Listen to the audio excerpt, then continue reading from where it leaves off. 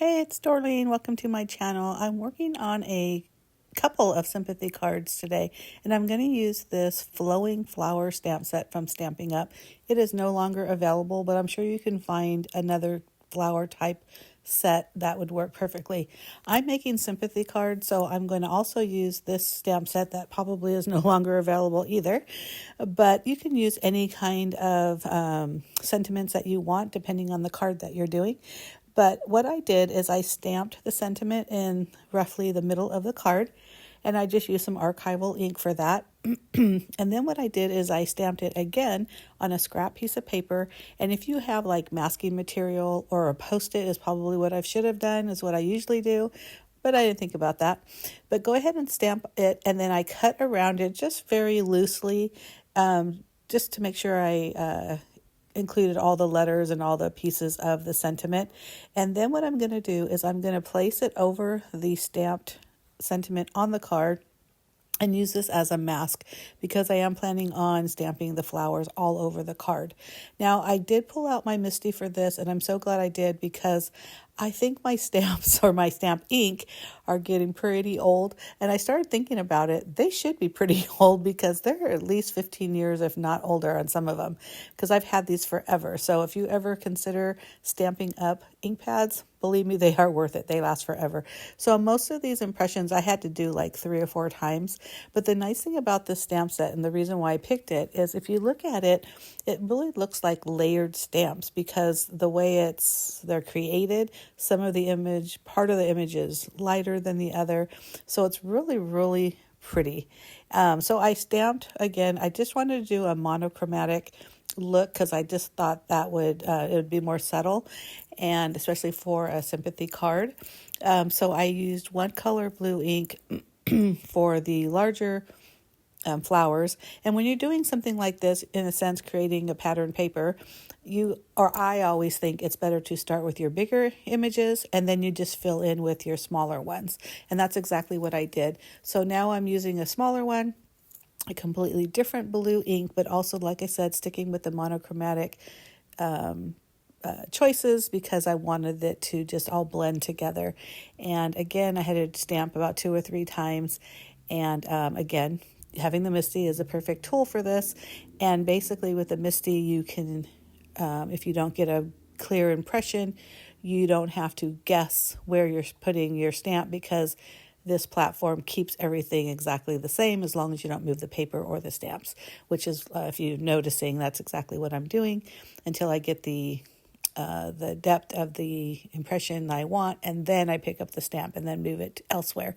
So this third flower that I'm using right here, I really, really like it because if you notice, they have like a lot of like grunge around the edges, so like dots and things like that. So I really like that as an addition. I think that was really a good addition. I kind of wish that I would have started with that stamp, but it's all good. And then what I decided to do, once I was done stamping all the flowers, I'm using this. It's called Color Silk, and it's basically a splash. This is silver. Now you can use the same thing like with sprays or watered down paint or any really kind of splash type of medium that you may have. But I love the little dots within it. I just think it gives it a little bit of something. So as I was looking at the card, I realized when I stamped the sentiment, it was crooked. Wow, that's surprising, right? If you follow my channel, you know that even when I measure things are usually not straight. But it was just a little bit too crooked. So when I trimmed down this card base or this card stock, I really kind of did them on an angle on certain edges so that it ended up being a little bit more straight. So I put my score line in the middle of my card base so I can fold it over using my bone folder to crease the fold and make sure that everything is nice and straight and sturdy. And I'm looking at this and look at how pretty it looks with that blue background. Oh, so pretty. I always seem to gear towards white, which I think most of us probably do, but I'm always so happy when I use a colored card base. But also I thought, look, it's really pretty on its own, but I really thought, I'm going to put a little bit of some metallic thread. This is silver. The card that I'm going to show you at the end, because I did something very similar, but I used like orange, yellow tones, and then I used gold thread for that one. But you can use any kind of twine or ribbon or anything that you have to really just kind of, it adds a little something without overpowering. And that's exactly what I said. I wanted it to be a very subtle card, because unfortunately, we all know, if you've seen or received or sent sympathy cards, we're expressing our love and condolences to the recipient. So we're definitely not going to make it bright and cheerful. But when I tied that ribbon down, because when I first cut it, I was thinking I was only going to go around once and then tie a bow, and then I didn't like that. It was too thin. So then I went around twice. So of course I didn't have enough extra thread. So I just tied another ribbon right on top of it.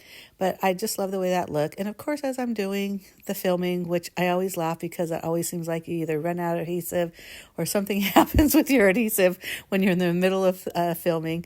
But I went ahead and just reloaded my ATG gun. I'm not sure why that broke, but that was just so odd. But anyhow, no big deal. But then I just added adhesive on the back and then just added this to the center of the cardstock. Now, I post 2 videos a week. One is always scrapbooking. The other is whatever it is I'm doing in the command center, which in this case is making a beautiful stamped card. So I do hope you decide to subscribe. If you like this video, give me a thumbs up. Hit that subscribe button, and you can also hit that notification bell, because like I mentioned, I do post 2 videos, and I'm really trying hard for my 2024 goal is to do more shorts or a 3rd video. But thank you so much for watching. I do hope you enjoy this. Make sure you check the link so you can go to my blog and see all of the materials listed that I used and any other pictures or information. Thanks again for watching. Bye.